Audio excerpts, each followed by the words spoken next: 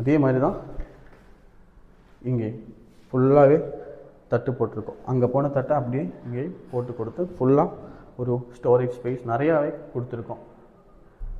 அப்புறம் நீங்கள் வந்து இதில் வந்து மெயினாக என்ன பார்க்கணுன்னா, இப்போது நீங்கள் கொஞ்சம் மேலே காட்டுங்களேன், மேலே காட்டுங்க. அங்கே பார்த்தீங்களா ஒரு பீம் இருக்குது. ஸோ இங்கே அந்த மாதிரி தான் இருந்துச்சு. அதனால் இங்கே எப்படி ஒர்க் பண்ணலான்னு கிளைண்ட் நம்மக்கிட்டே கேட்டாங்க. ஸோ நம்ம தான் வந்து இது ஒரு இந்த மாதிரி நீங்கள் வந்து இங்கே ஒரு ஷோகேஸ் மாதிரியே வச்சுக்கோங்களேன்.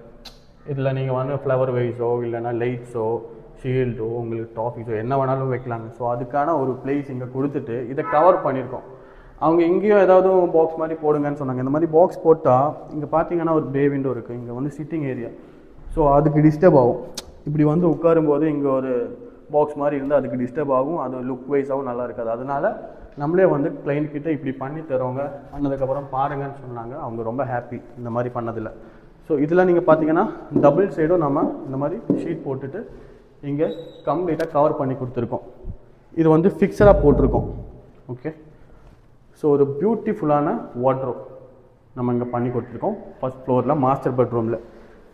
இந்த பக்கம் பார்த்தீங்கன்னா இதுவும் நம்ம சேனலில் தான் அங்கே நிற்கிது.